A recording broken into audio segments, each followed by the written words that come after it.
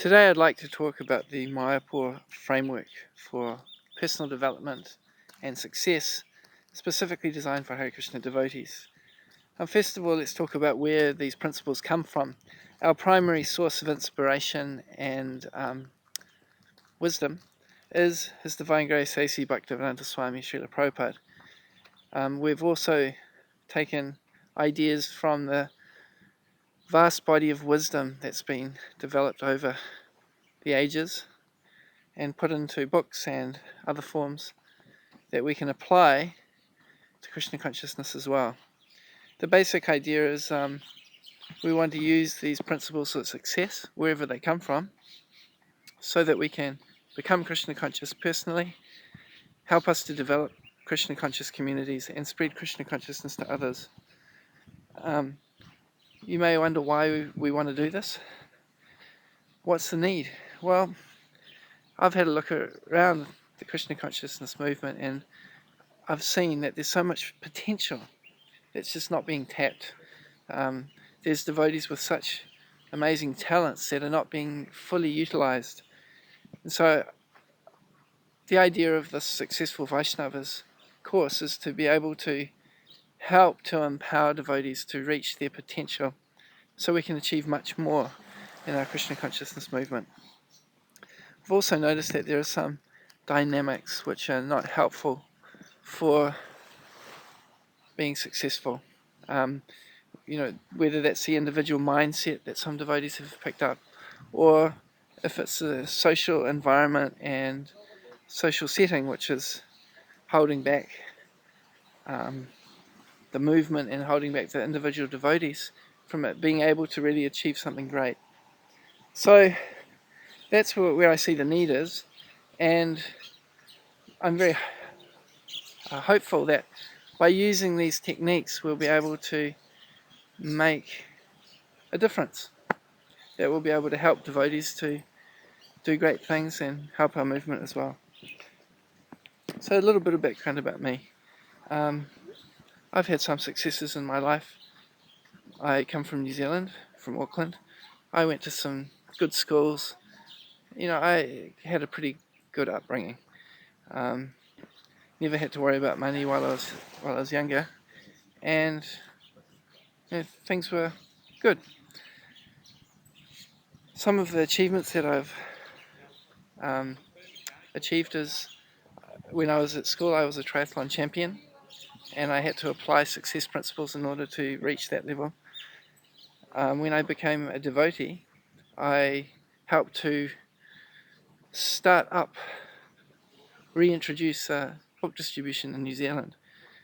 At the time, book distribution was not happening in a direct way. There was business, and the money from the business was subsidizing free book distribution. But I helped to get devotees on the streets actually selling the books on their merits, and that was great fun. Then when I moved on from there and I began teaching some seminars to the congregation and doing Sunday schools, which led me to become a primary school teacher at the Hare Krishna school for almost 10 years. After those 10 years, because the school had actually grown from 10 students to 100 students, I was no longer able to do a bit of everything like I had been doing. I had been the bus driver, the accountant, the computer guy, as well as a teacher. When the school grew bigger, we had to specialize more. And because the government was funding our school and I was being paid as a teacher, I had to focus on that.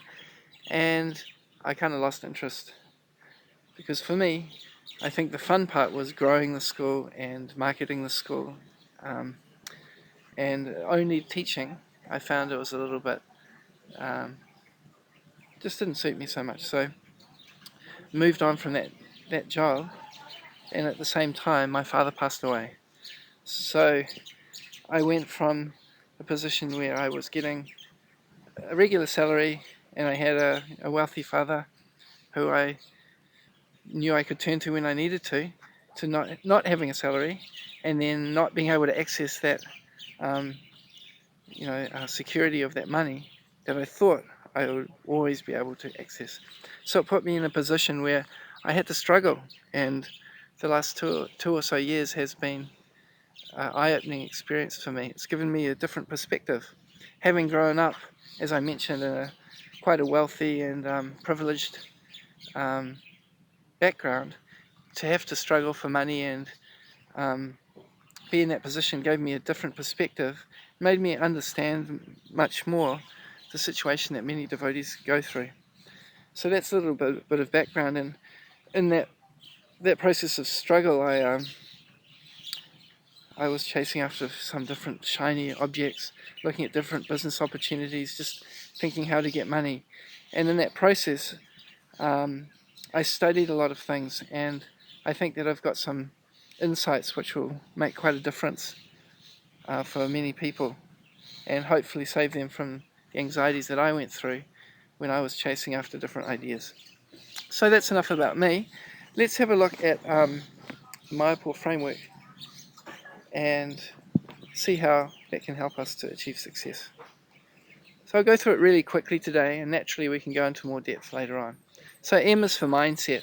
This is based largely on the nectar of instruction. The verse Utsahan Nishtayat Dharyat, enthusiasm, patience, and determination. So the idea here is that we need to have faith in Krishna, that he has our best interests in heart, and that if we endeavour, he'll look after us. We also need determination. To have determination, we need to have a clear goal and be focused on it. But then we also need to be patient, because our time frame may not be the same as Krishna's. So with that mindset, we move on to association. This is very important. As Prabhupada said, 99% of the process is association. If we want to be successful in Krishna consciousness, we have to surround ourselves with Krishna conscious people. And to be successful in anything, we need to have people around us who will encourage us and inspire us, and avoid those people who will be negative and tell us we can't do it, and point us in the wrong direction. Part of association also is developing a community so that we feel part of a group that's actually achieving something worthy. Next is why. Why is for your one thing. So this is really the starting point. This is where we need to find out what is the one thing that we can really focus on, because in my studies of so many different success books and courses, they really emphasize this point many times. If you want to be successful in something, you have to be passionate about it. Not in the modes of nature sense, but it's got to be something that you really feel connected with and inspired by, because then you can put the energy and the work in to make it a success. If you're doing something that you don't really get, that you're not really interested in, how can you expect to be successful in it? So the phrase that really ties it all together is make money doing what you love for Krishna.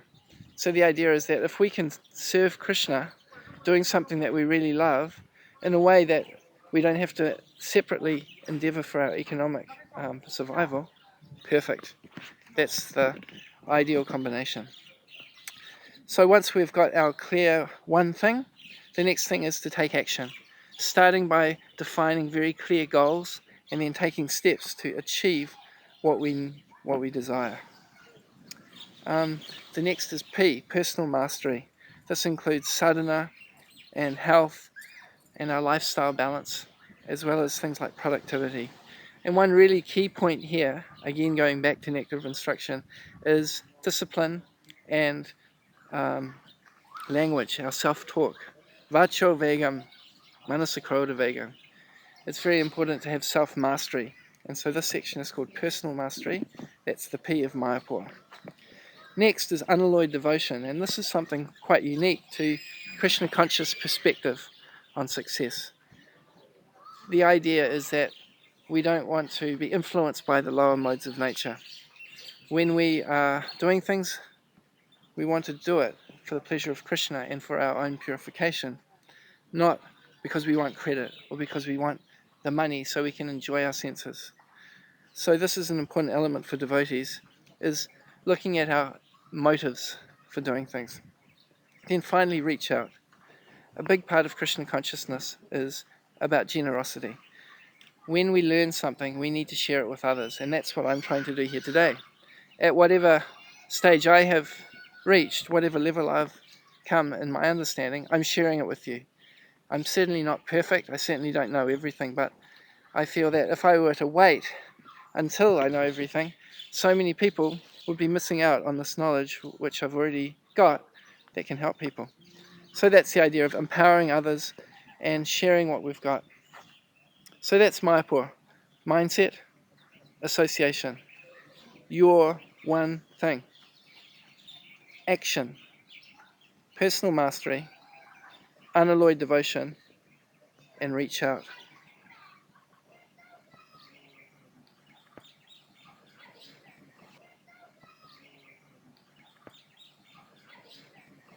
So now you've had a look at the Mayapur framework, the next thing I'd like you to do is to write your comments below the video here on the website successfulvaisnavas.com, and first of all click the like button so that it lets other people know about what we're presenting, as well as allowing you to be informed about when we release the next videos and things like that. And in the comments I'd like you just write down below what you think might be your one thing, and any other comments that you have about this framework, any questions that you have about it.